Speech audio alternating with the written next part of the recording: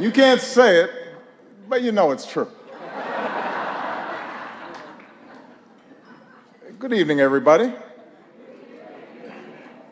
It is an honor to be here at my last, and perhaps the last, White House Correspondents' Day.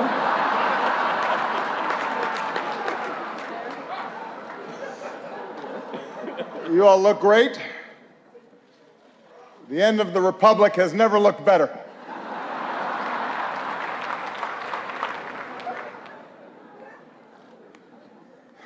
I do apologize. I know I was a little late tonight. I was running on CPT.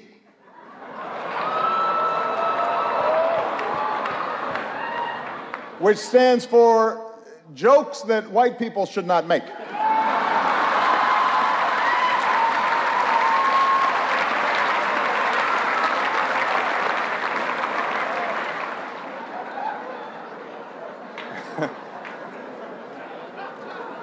Tip for you, Jeff.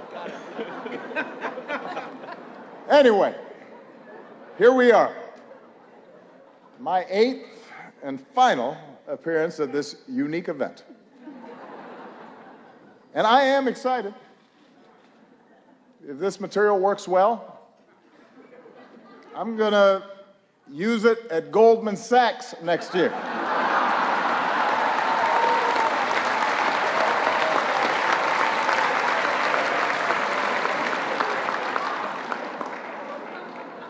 Earn me some serious Tubmans. That's right. That's right.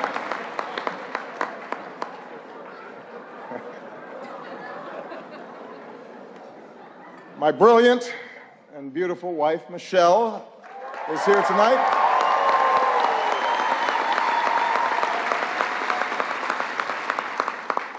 She looks so happy to be here. That's called practice. It's like learning to do 3-minute planks. She makes it look easy now, but next year at this time, someone else will be standing here in this very spot, and it's anyone's guess who she will be. But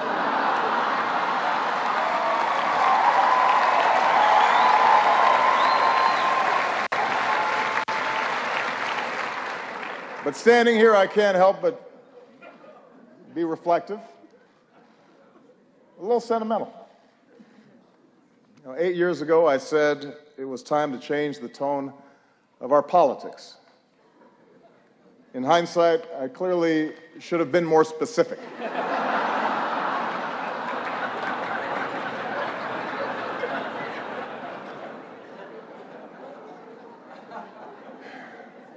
Eight years ago, I was a young man, full of idealism and vigor. And look at me now. I am gray, grizzled, just counting down the days till my death panel.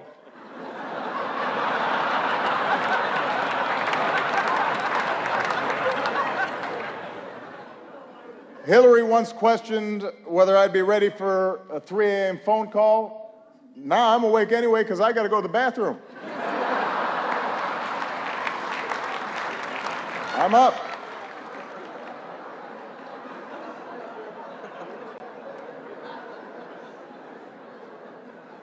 In fact, somebody recently said to me, Mr. President, you are so yesterday.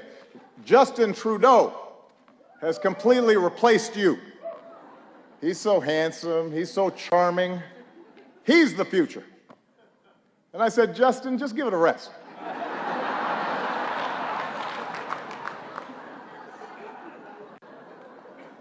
I resented that. Meanwhile, Michelle has not aged a day.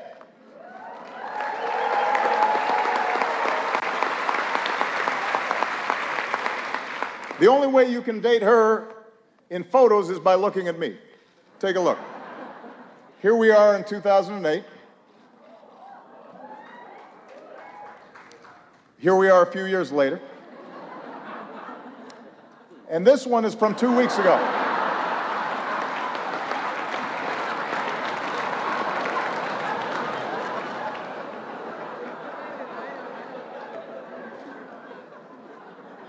So time passes.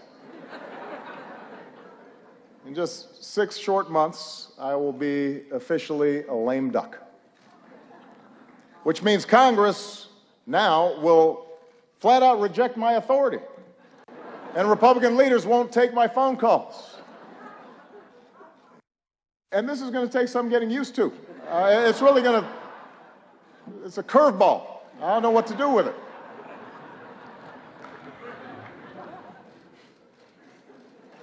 Of course, in fact, 4 months now, congressional Republicans have been saying there are things I cannot do in my final year.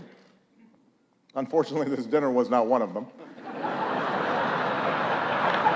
But on everything else, it's another story. And you know who you are, Republicans. In fact, I think we've got Republican Senators Tim Scott and Cory Gardner. They're in the House, which reminds me, security, bar the doors. Judge Merrick Garland, come on out. We're going to do this right here, right now.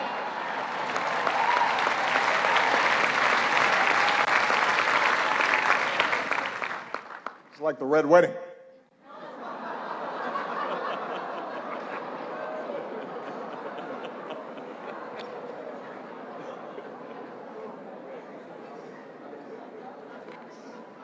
But it's not just Congress. Even some foreign leaders, they've been looking ahead, anticipating my departure. Last week, Prince George showed up to our meeting in his bathrobe. That was a slap in the face.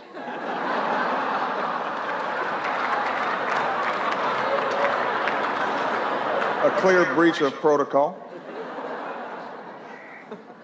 Although while in England, I did have lunch with Her Majesty the Queen, took in a performance of Shakespeare, hit the links with David Cameron, just in case anybody is still debating whether I'm black enough. I think that settles the debate.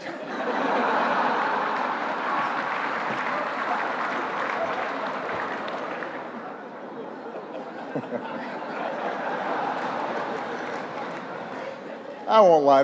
Look, this is a tough transition. It's hard. Key staff are now starting to leave the White House.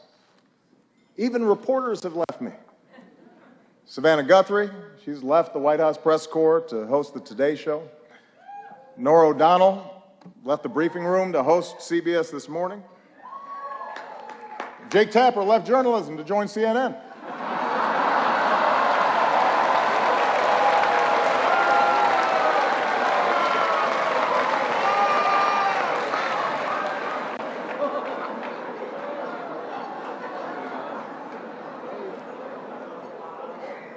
But the prospect of leaving the White House is a mixed bag. You might have heard that someone jumped the White House fence last week, but I have to give Secret Service credit. They found Michelle, brought her back. She's safe. She's safe back at home now.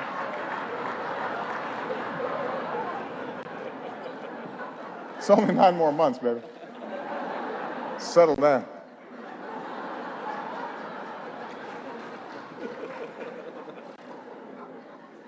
And yet somehow, despite all this, despite the churn,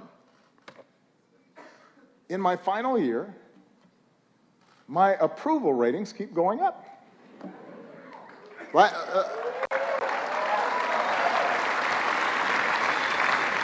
last time I was this high, I was trying to decide on my major.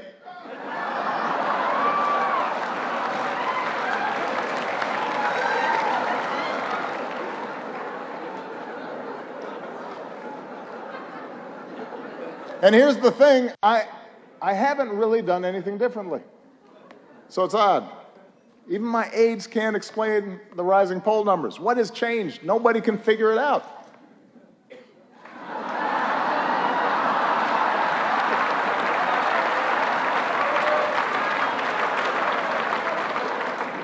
Puzzling. Anyway, in this last year, I do have more appreciation for those who've been with me on this amazing ride, like one of our finest public servants, Joe Biden. God bless him. Love that guy. I love Joe Biden. I really do. And I want to thank him for his friendship, for his counsel, for always giving it to me straight, for not shooting anybody in the face. Thank you, Joe.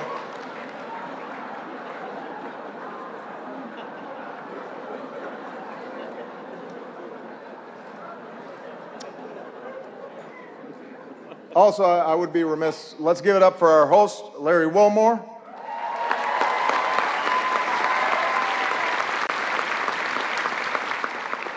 Also known as one of the two black guys who's not Jon Stewart. You're the South African guy, right? I love Larry. And his parents are here, who are from Evanston, which is a great town.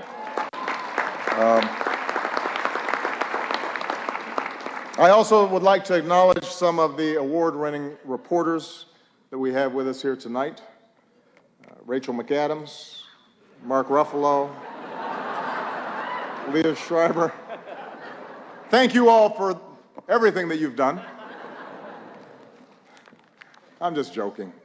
As you know, Spotlight is a film, a movie, about investigative journalists with the resources and the autonomy to chase down the truth and hold the powerful accountable. Best fantasy film since Star Wars. Look, that was maybe a cheap shot. I understand the news business is tough these days. It keeps changing all the time. Every year at this dinner, somebody makes a joke about BuzzFeed, for example, changing the media landscape. And every year the Washington Post laughs a little bit less hard.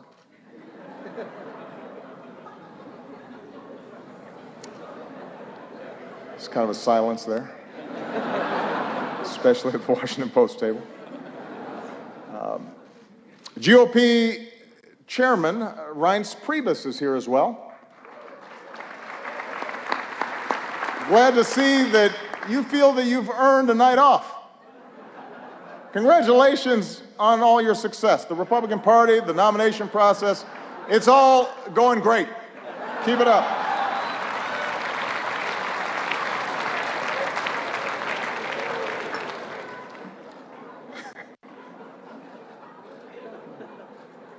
Kendall Jenner is also here, and we had a chance to meet her backstage. She seems like a very nice young woman.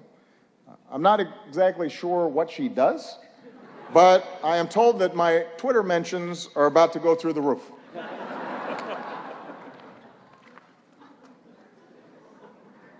Helen Mirren is here tonight.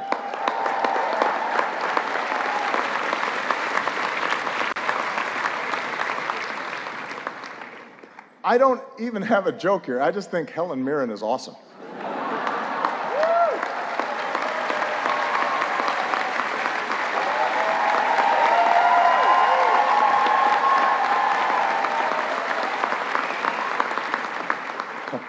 She's awesome. Sitting at the same table, I see Mike Bloomberg.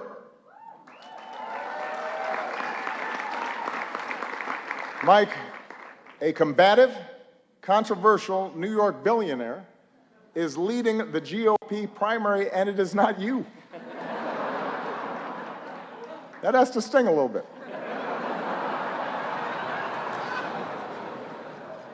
Although it's not an entirely fair comparison between you and the Donald. After all, Mike was a big city mayor. He knows policy in depth, and he's actually worth the amount of money that he says he is.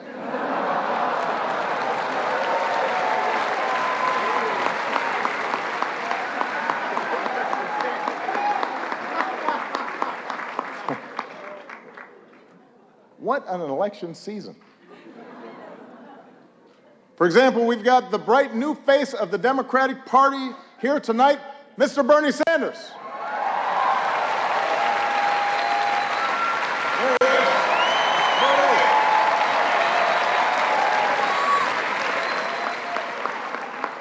Bernie, you look like $1 million. Or to put it in terms you'll understand, you look like 37,000 donations of $27 each.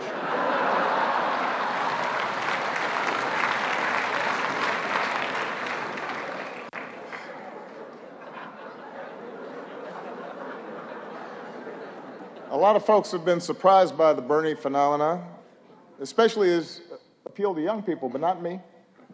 I get it.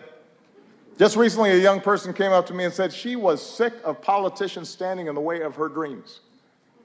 As if we were actually going to let Malia go to Burning Man this year. Was not going to happen. Bernie might have let her go. Not us.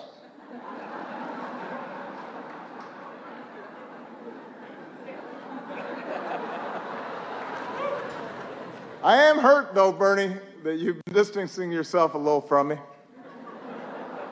I mean, that's just not something that you do to your comrade.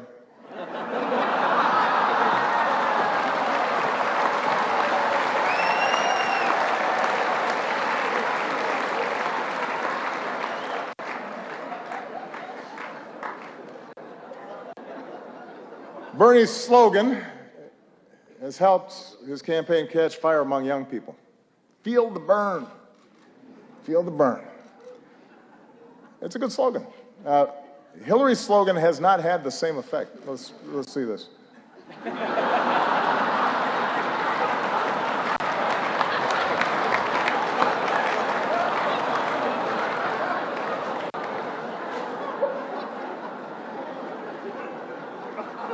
Look, I've said how much I admire Hillary's toughness, her smarts, her policy chops, her experience. You've got to admit it, though. Hillary trying to appeal to young voters is a little bit like your relative who just signed up for Facebook. Yeah. Dear America, did you get my poke? Is it appearing on your wall? I'm not sure I'm using this right. Love, Aunt Hillary.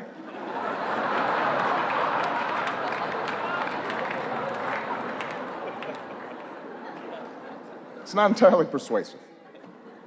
Meanwhile, on the Republican side, things are a little more, how shall we say this, a little more loose.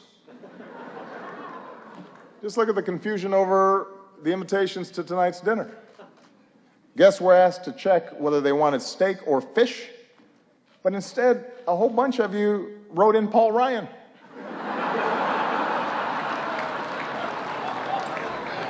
That's not an option, people. Steak or fish.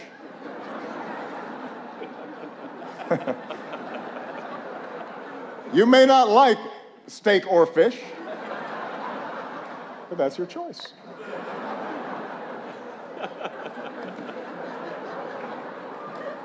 Meanwhile, some candidates aren't polling high enough to qualify for their own joke tonight.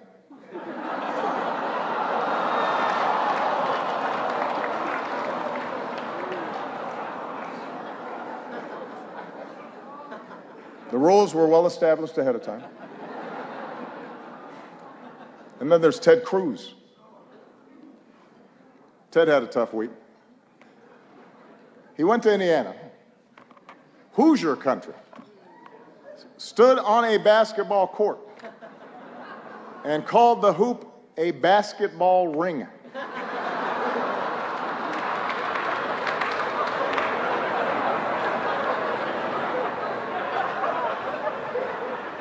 What else is in his lexicon? Baseball sticks, football hats. But sure, I'm the foreign one. That's fine.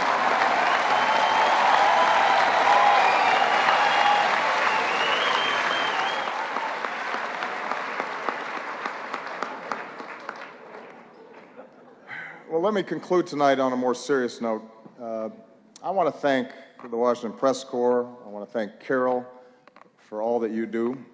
You know, the free press is central to our democracy, and nah, I'm just kidding. You know I've got to talk about Trump. Come on.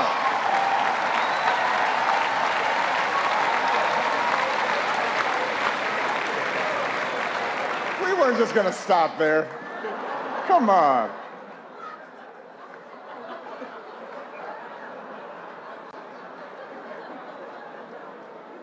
Although I am a little hurt that he's not here tonight. We had so much fun the last time. And it is surprising. You've got a room full of reporters, celebrities, cameras, and he says no. Is this dinner too tacky for the Donald? What could he possibly be doing instead? Is he at home eating a Trump steak? Tweeting out insults to Angela Merkel? What's he doing?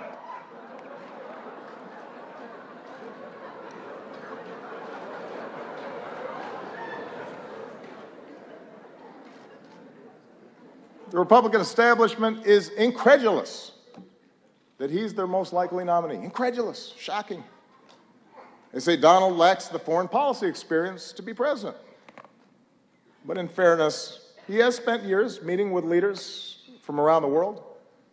Miss Sweden, Miss Argentina, Miss Azerbaijan.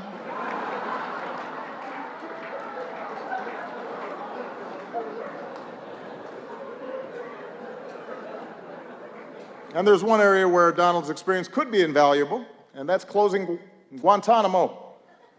Because Trump knows a thing or two about running waterfront properties into the ground.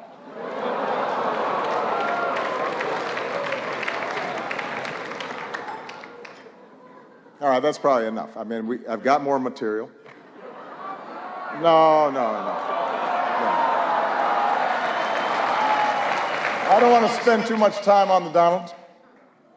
Following your lead, I want to show some restraint.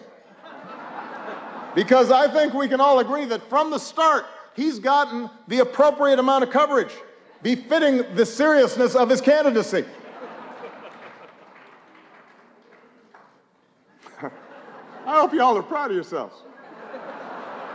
The guy wanted to give his hotel business a boost, and now we're praying that Cleveland makes it through July.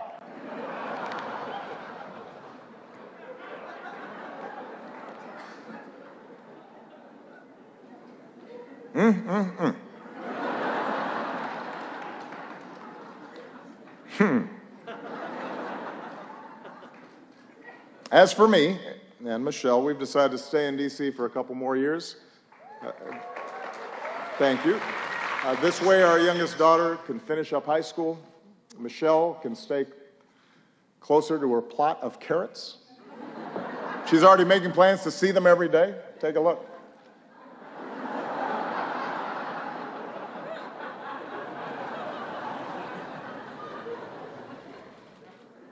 But our decision has actually presented a bit of a dilemma because traditionally presidents don't stick around after they're done. And it's something that I've been brooding about a little bit. Take a look. The Obamas are staying in D.C. for 2 years after the president leaves office. He's about to go from commander-in-chief to couch commander. You, Chuck Todd. What am I going to do in D.C. for 2 years? You've got a real dilemma, Mr. President. I can't go every day, can I? Which you like better, these or these? Joe, they're the same. They capture different moods. Joe, I need some focus here. Comes in there during aviator time, thinks everything. I'm sorry, what's that? I said, Mr. President, you had to be practical. And look, you can drive again, you're going to need a license. You love sports. Why don't you volunteer to work for one of the teams around here? Is this the Washington Wizards? I understand you're looking for some coaching help. Let's just say I coached my daughter's team a few times. Hello? Hello?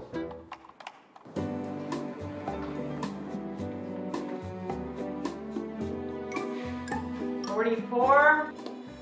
Finally. So I'm going to be in D.C. for a while, and I thought I'd take up driving again. What's the name? Barack Hussein Obama. Yikes. Well, since you don't have a driver's license, you're gonna need a birth certificate. Really? Really. It's real. Is it? It's real. But is it? Oh, Michelle left her phone. Let's see here. Huh. She's got Snapchat. Obamacare is great, and it's really working. Sign up now. Breaking news. Michelle Obama in hot water after posting this video earlier today. Obamacare is great, and it's really working. Sign up now.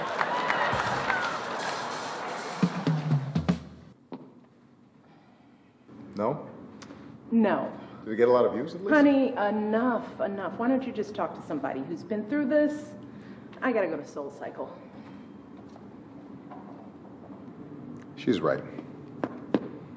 I know who I need to talk to. Hey, it's Barack. Listen, can we get together? Now that is a great move. Yeah, it's good for me. It's good for me.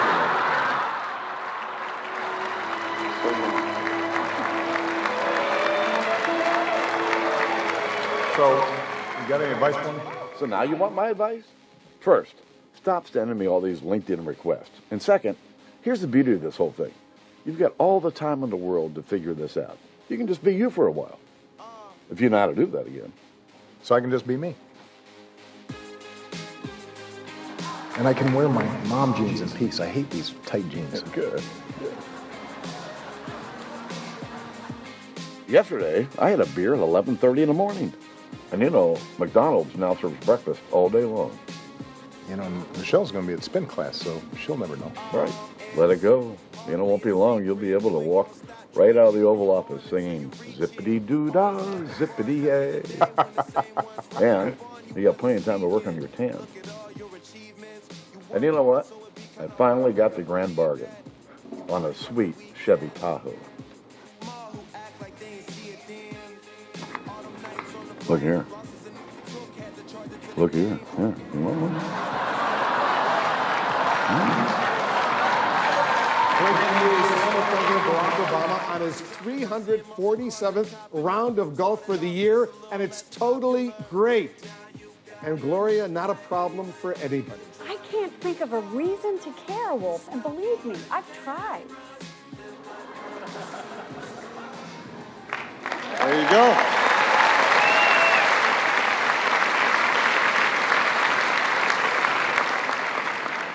I am still waiting for all of you to respond to my invitation to connect to LinkedIn.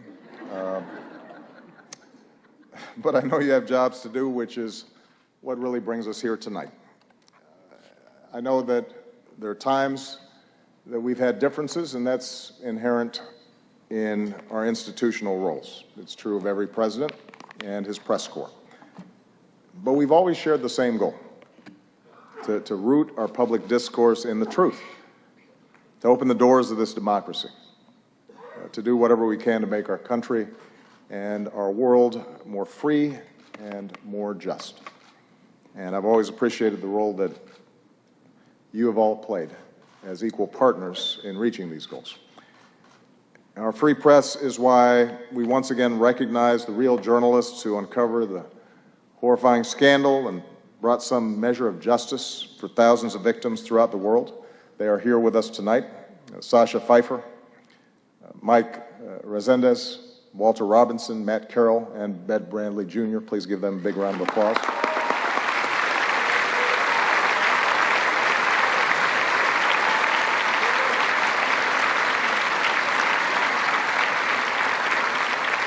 Our free press is why, once again, we honor Jason Rezaian. As Carol noted, last time this year we spoke of Jason's courage as he endured the isolation of an Iranian prison. This year we see that courage in the flesh, and it's a living testament to the very idea of a free press, and a reminder of the rising level of danger and political intimidation and physical threats faced by reporters overseas. And I can make this commitment that as long as I hold this office, my administration will continue to fight for the release of American journalists held against their will, and we will not stop until they see the same freedom as Jason had.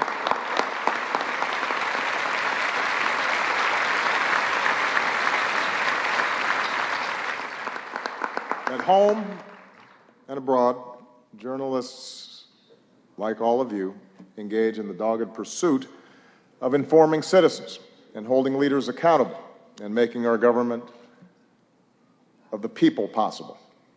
And it's an enormous responsibility. And I realize it's an enormous challenge at a time when the economics of the business sometimes incentivize speed over depth, and when controversy and conflict are what most immediately attract readers and viewers. The good news is there's so many of you that are pushing against those trends. And as a citizen of this great democracy, I am grateful for that. For this is also a time around the world when some of the fundamental ideals of liberal democracies are under attack, and when notions of objectivity and of a free press and of facts and of evidence are trying to be undermined, or in some cases ignored entirely. And in such a climate, it's not enough just to give people a megaphone. And that's why your power and your responsibility to dig and to question and to counter distortions and untruths is more important than ever. Taking a stand on behalf of what is true does not require you shedding your objectivity. In fact, it is the essence of good journalism. It affirms the idea that the only way we can build consensus, the only way that we can move forward as a country, the only way we can help the world mend itself is by agreeing on a baseline of facts when it comes to the challenges that confront us all. So this night is a testament to all of you who've devoted your lives to that idea, who push to shine a light on the truth every single day. So I want to close my final White House Correspondents' Dinner by just saying thank you. I'm very proud of what you've done. It has been an honor and a privilege to work side by side with you to strengthen our democracy. And with that, I just have two more words to say. Obama out.